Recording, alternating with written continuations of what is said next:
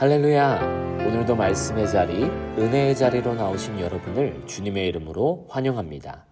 이 시간 은혜를 입었더라 라는 제목으로 말씀 나눌 때 본문의 은혜가 삶 가운데 흘러가시기를 주님의 이름으로 축복합니다. 사랑하는 성도님들, 강가에 나가보면 물고기들이 헤엄치는 것을 볼 수 있습니다. 그런데 물고기라고 해서 다 똑같은 물고기가 아닙니다. 죽은 물고기는 아무리 덩치가 크고 화려해도 물결이 흐르는 대로 힘없이 둥둥 떠내려 갑니다. 왜 그럴까요? 저항할 힘, 즉 생명이 없기 때문입니다. 하지만 살아있는 물고기는 다릅니다. 비록 크기가 손가락만 해도 그 안에 생명이 있기에 거센 물살을 거스르고 힘차게 치고 올라갑니다. 오늘 우리가 만날 창세기 6장의 세상이 이와 같았습니다. 모든 사람이 죄악의 물결에 휩쓸려 생명력을 잃고 둥둥 떠내려가고 있었습니다. 그런데 그 거대한 세상의 흐름을 거스르고 홀로 하나님을 향해 역류하여 올라가는 한 사람이 있었습니다. 그가 바로 노아죠. 본문 2절에는 당시 세상이 얼마나 죄악에 익숙해져 있었는지를 정확하게 보여줍니다. 2절입니다. 하나님의 아들들이 사람의 딸들의 아름다움을 보고 자기들이 좋아하는 모든 여자를 아내로 삼는지라. 아멘. 2절의 핵심은 자기들이 좋아하는 대로입니다. 하나님의 뜻도 없고 영적인 기준도 없습니다. 오직 눈에 보이는 아름다움, 육체의 쾌락이 삶의 기준이 된 시대였다는 것이죠. 그래서 5절에 하나님께서 이렇게 말씀하십니다. 여호와께서 사람의 죄악이 세상에 가득함과 그의 마음으로 생각하는 모든 계획이 항상 악할 뿐임을 보시고. 아멘. 세상이 온통 사람의 죄악으로 가득 차자 하나님께서는 인간을 지으셨음을 한탄하시며 근심하셨다라고 6절에서 말합니다. 그런데 이 캄캄한 밤하늘에 유일하게 빛나는 별 하나가 있었습니다. 그가 바로 노아입니다. 오늘 말씀을 통해 죽은 물고기처럼 세상을 떠내려가는 인생이 아니라 살아있는 생명력으로 세상을 거스르는 믿음의 야성을 회복하는 시간이 되기를 소망합니다. 그렇다면 오늘 우리에게 주시는 영적인 교훈은 무엇일까요? 첫 번째는 어두울수록 은혜는 밝게 빛난다는 것입니다. 8절을 같이 읽겠습니다. 그러나 노아는 여호와께 은혜를 입었더라. 아멘. 본문 8절은 반전의 접속사로 시작하고 있습니다. 세상은 다 타락했습니다. 그러나 노아는 달랐습니다. 세상은 다 자기 눈에 좋을 대로 살았습니다. 그러나 노아는 하나님의 눈에 합한 자로 살았습니다. 그렇다면 노아는 처음부터 완벽한 사람이었을까요? 여기서 순서가 중요합니다. 9절을 보면 노아는 의인이요 당대의 완전한 자다라고 말하죠. 하지만 이것이 가능할 수 있었던 이유는 8절 말씀이 있었기 때문입니다. 즉 노아가 완벽해서 은혜를 받은 것이 아니라 먼저 하나님의 은혜를 입었기 때문에 그가 의인으로 살아갈 수 있었다는 것입니다. 사랑하는 성도님들, 노아의 시대나 지금의 세상이나 비슷해요. 사람들은 육체의 정욕을 따라가고 물질과 명예를 쫓아갑니다. 하나님의 뜻이 아니라 자기 눈에 좋을 대로 행하고 그것이 진리다, 최고다 말합니다. 그러나 노아의 시대와 오늘날의 시대에 가장 큰 차이점이 있다면 지금 이 땅에는 하나님의 은혜를 입은 자들이 많이 있다는 것입니다.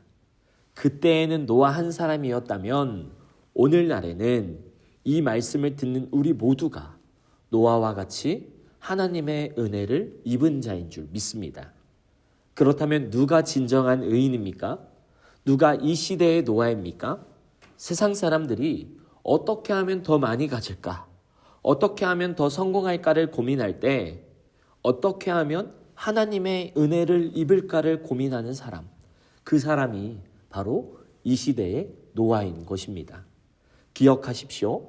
세상은 스펙이 좋은 사람을 찾지만 하나님은 은혜를 아는 사람을 찾으십니다. 우리 모두가 하나님의 은혜를 힘입어 세상을 거스르는 생명력 넘치는 인생으로 세워지기를 우리 주 예수 그리스도의 이름으로 축복합니다. 두 번째, 진짜 믿음은 행함으로 증명된다는 것입니다. 은혜를 입은 노아에게 하나님은 엄청난 명령을 내리십니다. 본문 14절입니다. 너는 고페르 나무로 너를 위하여 방주를 만들되 그 안에 칸들을 막고 역청을 그 안팎에 칠하라. 아멘. 하나님은 방주의 재료, 크기, 창문의 위치까지 설계도를 아주 구체적으로 주십니다. 그런데 여러분 상상해 보십시오. 당시에는 비가 온 적도 없었고 홍수라는 개념도 없던 시절이었습니다. 더구나 방주를 짓는 곳은 바닷가가 아니라 산 위였을 가능성이 큽니다. 축구장보다 크고 더 긴 거대한 배를 바다도 아닌 맨 땅에, 그것도 120년 동안 짓는다는 것은 말 그대로 미친 짓입니다. 사람들이 얼마나 조롱했겠습니까? 노아를 보면서 다들 미쳤다, 제정신이 아니다, 가족들이 너무 불쌍하다 등 그의 뒤통수를 향하여 따갑고 매서운 별의별 소리들을 다 늘어놓았을 것입니다. 하지만 노아의 반응은 어땠습니까? 오늘 본문의 결론 부분인 22절을 같이 읽겠습니다. 노아가 그와 같이 하여 하나님이 자기에게 명하신 대로 다 준행하였더라. 아멘. 하나님이 자기에게 명하신 대로 다 준행하였더라. 노아는 따지거나 묻지 않았습니다. 물론 속으로는 의아해할 수 있었겠죠. 이걸 정말 순종하라고 말씀하신 걸까? 또는 일이 너무나 곧해서 중간에라도 주님이 그만하라고 말씀해 주시기를 기대했을지도 모릅니다. 그러나 그의 행동에는 조금도 자기의 생각과 상식을 섞지 않았습니다. 자기 마음은 내키지 않았을지는 몰라도 하나님의 말씀을 그대로 다 준행했다는 것이죠. 이것이 바로 9절에서 말한 하나님과 동행하는 삶의 실체입니다. 여러분, 하나님과의 동행은 그저 뒷짐을 지고 꽃길을 걷는 것이 아닙니다. 세상이 다 비웃어도 또 내 마음과 내 뜻과 정반대된다 할지라도 하나님의 말씀이라면 묵묵히 순종에 묻지를 하는 것, 그것이 진짜 동행입니다. 그래서 저는 노아의 삶을 보며 믿음을 이렇게 정의하고 싶습니다. 믿음이란 비를 보고 우산을 펴는 것이 아니라 말씀을 듣고 맑은 날에 배를 짓는 것입니다. 세상 사람들 눈에 맑은 날 배를 만드는 일은 미친 짓처럼 보였을 것입니다. 하지만 믿음으로 방주를 만든 노아에게 방주는 자신과 가족을 구원하는 생명의 길이 되었습니다. 우리의 신앙생활도 이와 같습니다. 세상 사람들은 우리를 보며 말하죠.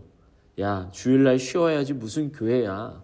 경제가 이렇게 안 좋은데 헌금을 왜 해? 제발 적당히 좀 믿어.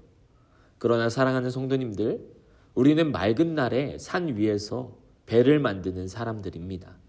남들이 보기에 어리석어 보여도 세상의 조롱소리보다 하나님의 약속을 더 신뢰하기에 오늘도 묵묵히 순종의 망치질을 멈추지 않는 것, 이것이 구원받고 은혜 받은 성도의 삶인 줄 믿습니다.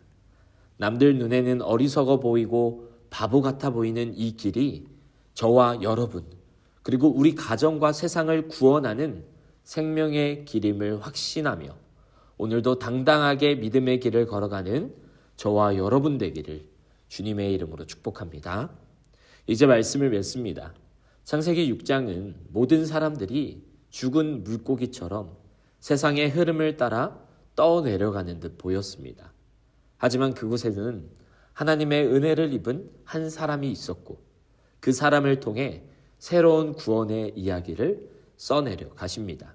오늘 우리도 죽은 물고기처럼 떠내려가는 인생이 아니라 그러나 나는 은혜를 입은 자이다 라고 고백하며 세상의 물결을 거스르는 은혜의 사람들로 살아가시기를 소망합니다. 상식과 맞지 않고 사람들의 조롱이 있어도 맑은 날에 방주를 짓는 우직한 순종의 사람이 되십시오. 오늘 내가 흘리는 순종의 땀방울이 훗날 심판의 비가 내릴 때 나를 띄우는 생명의 물결이 될 것입니다. 오늘 하루 세상의 소리에는 귀를 닫고 하나님의 설계도대로 순종의 삶을 지어가는 저와 여러분 되시기를 주님의 이름으로 축원합니다. 아멘.